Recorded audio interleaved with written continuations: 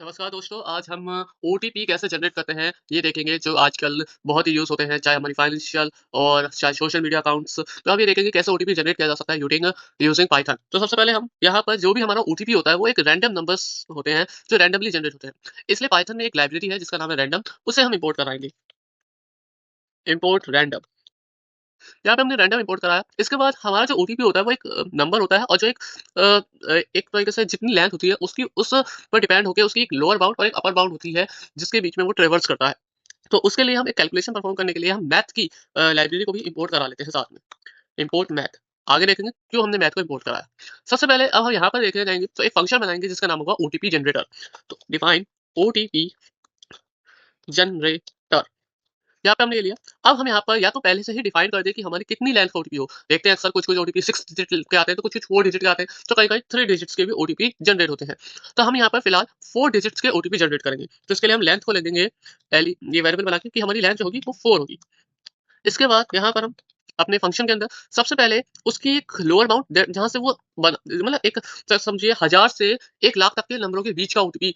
जैसा 4 है तो 4 नंबर डिजिट कहाँ से स्टार्ट होगी। तो 4 डिजिट अगर हम देखें तो 1 लाख से 1000, जैसे हम 3 डिजिट का लेते हैं सपोज़, तो हमारी वो 1000 से स्टार्ट होती और वहाँ पे एक अपर बाउंड में जाके खत्म होती।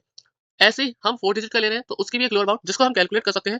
लोअर बाउंड एक फंक्शन एक फॉर्मूला लिख के, that is lower bound is equals to, अब हमारी जो लोअर बाउंड होगी वो 10 into 10 to the power length जो है हमारी, ये जो डबल बार हम मल्टीपल का निशान लगाते हैं यहाँ पर, ये हमारा पावर का निशान बन जाता है। या 10 पीओवी लिख सकते हो, लेंथ माइनस 1 कर देना है। ये हमारी लोअर बाउंड हो गई। अपर बाउंड जहाँ जहाँ मैक्सिमम नंबर जो है जहाँ तक का हम क्रिएट कर सकते हैं वो हम यहाँ पे डाल देंगे। बाउंड इज इक्वल्स टू, यहाँ पे लिखेंगे 10 टू द पावर, इसे हम ब्रैकेट में ले लेंगे यहाँ पर। हम क्योंकि मैक्सिमम जब लिखेंगे तो हम ये लिखेंगे 10 टू द पावर लेंथ और शिफ्ट माइनस 1। ये हमारा मैक्सिमम हो गया, ये लोअर हो गया। अब जो ओटीपी जनरेट होगा तो उसे लिखेंगे ओटीपी जो बनेगा वो कहाँ स्टोर कराएंगे हम, जो ओटीपी इनके थ्रू बनेगा वो हम स्टोर कराएंगे। अब ओटीपी एक रैंडम नंबर होता है तो उसके लिए हम रैंडम जो लाइब्रेरी इंपोर्ट करी थी उसको कॉल करेंगे। ये लिखा हुआ है कि रैंडम लाइब्रेरी में कौन कौन से चीजें आती है, तो यहाँ पर रैंडम में हम जा रहे हैं। जो वैल्यू जनरेट करते हैं अगर बाइट्स लेंगे तो 0 टू 5 ऐसे सीक्वेंस जनरेट करता है रैंडम, और ये बहुत सारे, तो इसी का इस्तेमाल कर रहे हैं।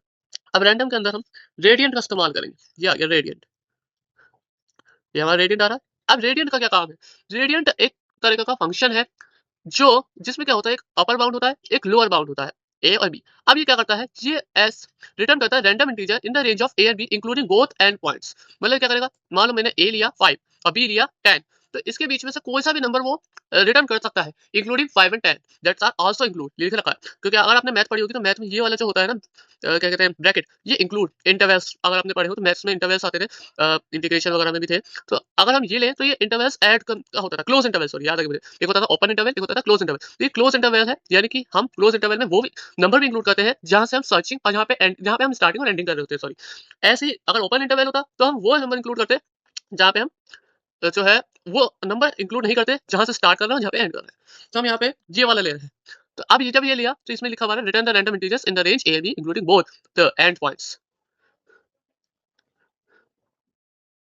हम बोथ एंड पॉइंट्स को इंक्लूड कर रहे हैं, ठीक है। तो हम यहाँ पे लिख देते हैं। अब लैंड एंड पॉइंट्स का होगा लोअर, जो हमारा छोटा होगा वो लिखेंगे lower bound comma upper bound. इसके बाद ये हमारा ओटीपी जनरेट करेगा ये फंक्शन की मदद से, और ये जो जनरेट होगा वो फंक्शन क्या करेगा, रिटर्न कर देगा इसको वापसी, ओटीपी रिटर्न कर देगा, ठीक है। अब यहाँ पे हम एक फंक्शन बनाते हैं या एक सॉरी वेरिएबल बनाते हैं जिसका नाम है न्यू ओटीपी, ठीक है। इस वेरिएबल में हम क्या स्टोर कराएंगे, ये फंक्शन स्टोर कराएंगे ओटीपी जनरेटर, जो हमें जनरेट करके देगा। तो यहाँ पे लिख रखा है यहाँ पे जैसे मैं अभी दिखाता हूँ आपको, यहाँ आ रहा है कि लेंथ जो होगी उस ओटीपी की 4 होगी क्योंकि हमने पहले 4 ही डिफाइन कर रखी है, ठीक है। अच्छा, अब यहाँ पे हम इसे प्रिंट कर देंगे, प्रिंट या हम थोड़ा अच्छे से लिख देते हैं, योर ओटीपी इज, जैसे थोड़ा और अच्छे से, ओटीपी इज, यहाँ पे हम न्यू ओटीपी को ले लेंगे और इस तरीके से हमारा ये जनरेट करना शुरू करेगा। तो देखिए यहाँ पे पहला ओटीपी जनरेट होकर आया, अगर हम बार-बार रन करेंगे तो नया-नया ओटीपी जनरेट होते रहेंगे। तो इस प्रकार से हम और ये देखना सारे ओटीपी 4 डिजिट्स के ही आ रहे हैं। तो इस प्रकार से हम ओटीपी जनरेट कर सकते हैं। आशा है कि आपको ये वीडियो पसंद आई होगी। अगर आपको ऐसी इन्फॉर्मेटिव वीडियो चाहिए तो हमारे चैनल को सब्सक्राइब करिए और बेल आइकन को हिट करिए और साथ ही साथ लाइक बटन ज़रूर करिए। और अगर कोई आपको इसमें प्रॉब्लम है या कोई चीज़ समझ नहीं आई तो कमेंट करके ज़रूर हमसे पूछिए। धन्यवाद।